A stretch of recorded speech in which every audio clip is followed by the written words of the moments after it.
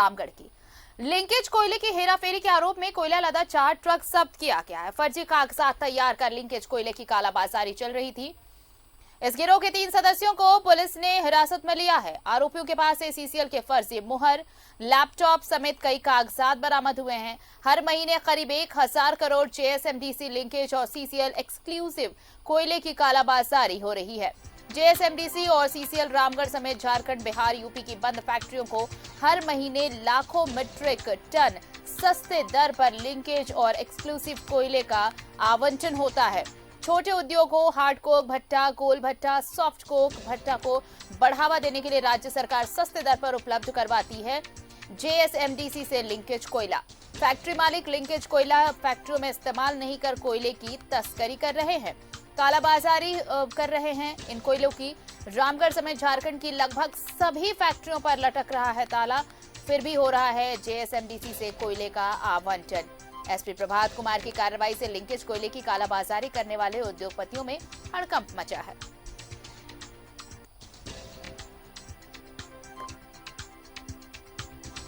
और ज्यादा जानकारी दे रहे हैं हमारे सहयोगी महावीर, इस वक्त फोन लाइन पर हमारे साथ जुड़े हुए हैं।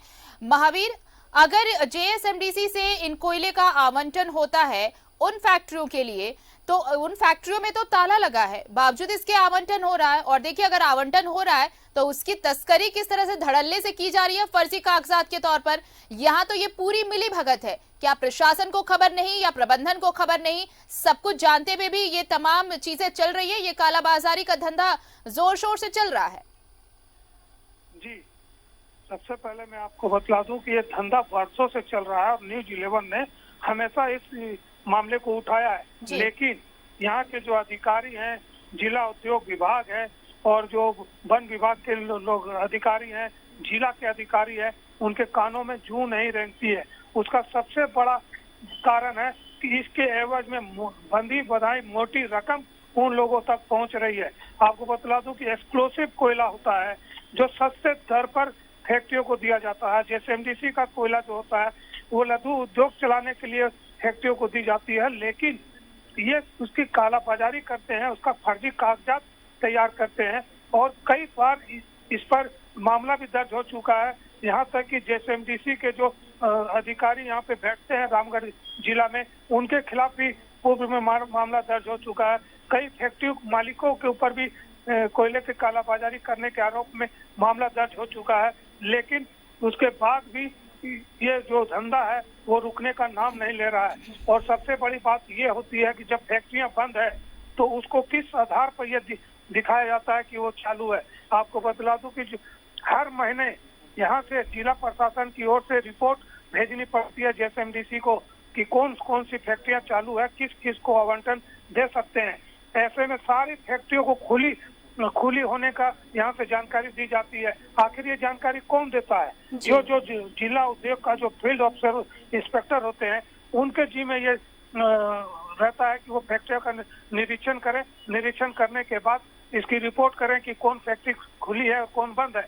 लेकिन ये निरीक्षण करने के नाम पे खाना पूर्ति करते हैं, अवैध वसूली करते हैं फैक्ट्री मालिकों से और उस बंद फैक्ट्रियों को दिखा देते हैं कि चालू है, इसकी रिपोर्ट भेज देते हैं और उस आधार पर इन लोगों को लिंकेज का कोयला मिलना शुरू हो जाता है और ये लोग आराम से उसकी कालाबाजारी करते हैं। फैक्ट्रियां रामगढ़ में है और जेएसएमडीसी की जितनी भी फैक्ट्रियां हैं रामगढ़ जिले में, उसमें से 90% फैक्ट्रियां बंद है, लेकिन उसका कोयला अभी भी आवंटन हो रहा है।